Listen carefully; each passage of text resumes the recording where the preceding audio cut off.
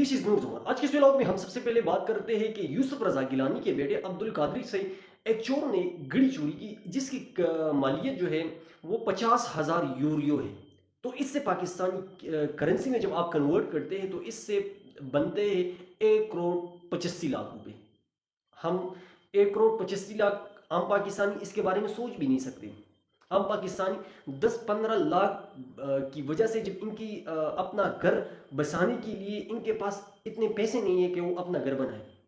आप यकीन माने, आम पाकिस्तानी घर तो छोड़े 20 किलो आटे के तेले के लिए दिन ब दिन तड़कता और ख्वारोजार हो रहा है। लेकिन दूसरी तरफ आप इन शहाना लोगों की ज़िंदगी को देखें, 1,85,00,000। दुनिया के बड़े बड़े अमीर ममालिक के बेटों को भी आप देखें, इनके सदराओं के बेटे की भी देखें, तो इस शहानी ज़िंदगी वो भी नहीं गुजार सकते थे जिस तरह हमारे ये गुजारते हैं। तो ये तो इनकी हालत है। दूसरी तरफ ये पीपल पार्टी से इनका ताल्लुक है। दूसरी तरफ आप मुस्लिम लीग नून को देखें, इसके अंदर पार्टी में कुछ इख्तिलाफात पैदा हुए थे, तो मियां नवाज शरीफ ने इजलास जो है मरी में बुला लिया। आपको तो पता है ना, मरी का मौसम जो होता है वो ठंडा होता है। तो चूंकि आर्मी चीफ अमेरिका के दौरे पर हैं, तो अपने जो थोड़ी बहुत इसके अंदर तिलखी मिलखी पैदा हो गई ना, तो इस माहौल को ठंडा करने के लिए आर्मी चीफ के आने से पहले पहले इनको ठंडा करना पड़ेगा। तो इसके लिए उन्होंने मरी में अपना इजलास बुला लिया। तो आप जहन के ऊपर थोड़ा जोर डाल लें, ये पंजाब में भी बुला सकते थे, ये इस्लामाबाद में भी बुला सकते थे, लेकिन उन्होंने मरी में क्यों बुलाया? आपको पता है मरी का मौसम बहुत ठंडा होता है और मरी में वो लोग जिंदगी गुजार सकते हैं जो शहाना जिंदगी तर्ज अमल, यानी इनके पास पैसा ज़्यादा हो, लूट यानी नोट जिसके जेब में ज़्यादा हो, वो मरी में इस तरह के इंतजाम और इसी तरह ज़िंदगी सहूलत के साथ गुजार सकते हैं। तो ये इनकी ज़िंदगी है ना। आप इसकी ज़िंदगी को देखिए कि अपनी इख्तिलाफात बुलाने के लिए भी ये मरी जाते हैं। जब ये वज़ीर आज़म थे नवाज शरीफ खुद, तो इनकी घर का खाना जो है यहाँ पर इस्लामाबाद में पकता था और हेलीकॉप्टर के ज़रिए मर जाता था। तो ये इस तरह की शाहाना ज़िंदगी तर्ज ज़िंदगी गुजारने के आदी हैं। तो ये इतनी शहाना ज़िंदगी क्यों गुजारते हैं, आपको ये सोचना तो पड़ेगा। और आपके जहन में आया भी है कि पाकिस्तानी अवाम का पैसा है, लेकिन चूंकि पाकिस्तानी अवाम अभी तक सियासी तौर पर बेदार नहीं है, तो इस वजह से ये लोग इस तरह का मार लूट कराकर ये इस तरह की ज़िंदगी गुजारते हैं। इसकी क्या वजह है? देखिए, एक और रिपोर्ट है, जब आप इसको पढ़ते हैं ना तो आपको खुद बहुत समझ आ जाएगा। और वो ये है कि साल 2024 से लेकर 25 तक हुकूमत पाकिस्तान ने नॉन टैक्स के जरिए यानी कितनी अरब रुपया पाकिस्तानी कौम से इकट्ठे किए हैं, वो बनते हैं 400,959, यानी इतने अरब रुपए नॉन टैक्स के जरिए पाकिस्तानी अवाम की जेब से निकालकर इन लोगों ने हड़प कर लिए। ये पैसा किधर जाता है?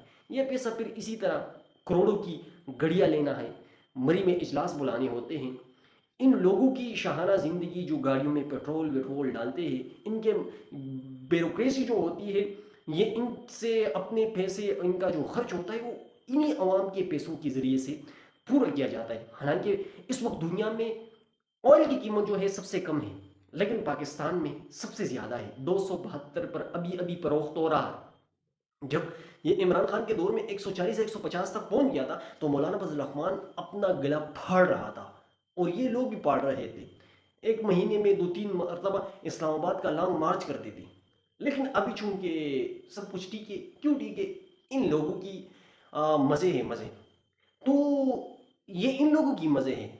इसके बाद आप थोड़ा सा और भी सोचें कि जिन लोगों ने इनको लाया है, जिनके पास इख्तियार होता है और इनसे कोई पूछने वाला भी नहीं होता, और आप जब इनसे पूछते हैं तो फिर आपको पता है इसके कॉन्सिक्वेंसेस क्या होते हैं, तो इन उन लोगों की कैसी ज़िंदगी होगी, इसके बारे में हम और आप लोग वहम गुमान में तस्वुर भी नहीं कर सकते।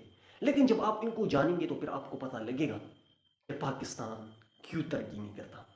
तो जब तक पाकिस्तानी कौम सियासी तौर पर मैदान में नहीं आएंगे और सड़कों के ऊपर अपने आप की अपनी अपनी मुस्तकबिल को बेहतर नहीं बनाएंगे, ये ना सदर ट्रम्प अगर आप सोचेंगे कि वहाँ से वो कुछ खरीद पाएगा, वो नहीं कर पाएगा। वो अपनी मफादात को देखता है और ये लोग इनकी मफादात की मुकम्मल हिफाजत करता है, तो ये तो आप सोच भी ना लें। बाकी आसमान से कोई फरिश्ते तो आपके लिए नहीं आ सकते।